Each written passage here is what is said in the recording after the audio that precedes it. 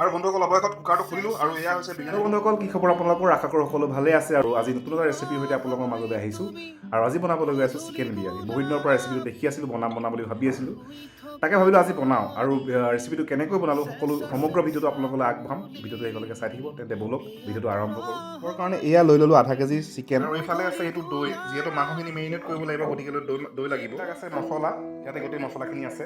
এতিয়া প্ৰথমে মাংসখিনিত অলপমান আদা নহৰু পেষ্ট, দুচামুচমান দৈ, বিৰিয়ানী মছলা জোখ অনুসাৰে নিমখ হালধি, ৰেড চিলি পাউডাৰ, জিৰা ধনিয়া, চিকেন মছলা আৰু অলপমান মিঠাতেল দি ভালদৰে সানি ল'লোঁ। গোটেইখিনি মছলা দি পেলাই এতিয়া ধুনীয়াকৈ মাংসখিনি সানি লৈ পেলাই মেৰিনেট কৰিব লাগিব। প্ৰায় আধা ঘণ্টাৰ কাৰণে মেৰিনেট কৰি দিম এতিয়া। যিহেতু মাংসখিনি ভালদৰে সানি লৈ ফ্ৰিজত ভৰাই দিছোঁ আৰু সেই সময়খিনিতে কাটি ল'লোঁ 4-5টামান পিঁয়াজ আৰু খুন্দি ল'লোঁ অকণমান ডালচেনি, ইলাচি আৰু কেইটামান জালুক আৰু লগত লৈ ল'লোঁ 2 খিলামান পদিনাৰ পাত, যিহেতু পদিনাৰ পাতে এটা বৰ ধুনীয়া ফ্লেভাৰ আনে। আৰু এইফালে লৈ ল'লোঁ এয়া বাচমতি চাউল আৰু বাচমতি চাউলটো যিটো কাপেৰে দিয়া হয় সেইটো কাপেৰে একচুৱেলি পানী দিব লাগে। যিহেতু এইটো কাপেৰে মই 3 কাপ চাউল দিম গতিকে 3 কাপ পানীও দিব লাগিব, সেইটো হিচাপত মিলাই ল'লেই হ'ল। এতিয়া গেছত কুকাৰটো পাতি লৈ গৰম হোৱাৰ পিছতে অলপমান মিঠাতেল দি দিলোঁ। যিহেতু তেল গৰম হ'লেই গতিকে ইয়াত দিলোঁ 2টামান জলকীয়া আৰু কাটি থোৱা পিঁয়াজখিনি আৰু একেবাৰে ল' ফ্লেমত পিঁয়াজখিনি সিজি ব্ৰাউন কালাৰ নোহোৱালৈকে ভাজি থাকিলোঁ।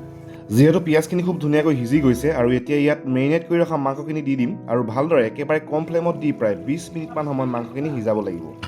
আৰু এনেদৰে প্ৰায় আধা ঘণ্টামান মাংসখিনি কম ফ্লেমত ভজাৰ পিছত যিহেতু মাংসখিনি এতিয়া সিজিছে গতিকে ইয়াত এতিয়া এয়া বাচমতি চাউলখিনি দি দিম, তাৰপিছত গৰম পানী দিব লাগিব। এতিয়া চাউলখিনি এনেদৰে দি ইয়াত দিব লাগিব গৰম পানী। যিহেতু এটা কাপেৰে মই চাউল দিছিলোঁ জুখি গতিকে সেই কাপটোৱে জুখি মই পানী দিলোঁ। যিহেতু এতিয়া কুকাৰত পানী দি দিলোঁ গতিকে ইয়াত দিব লাগিব 2 খিলামান পদিনা পাত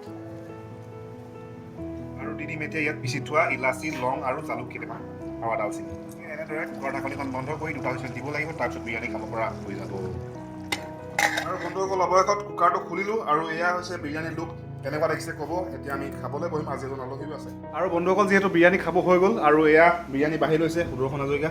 বহুত মজা বনাইছে, একদম চালিয়া আল্টিমেট এটা মানে খানা খাবলৈ আহিছে। প্ৰকাশ ছুপাৰ, বহুত বঢ়িয়া হৈছে।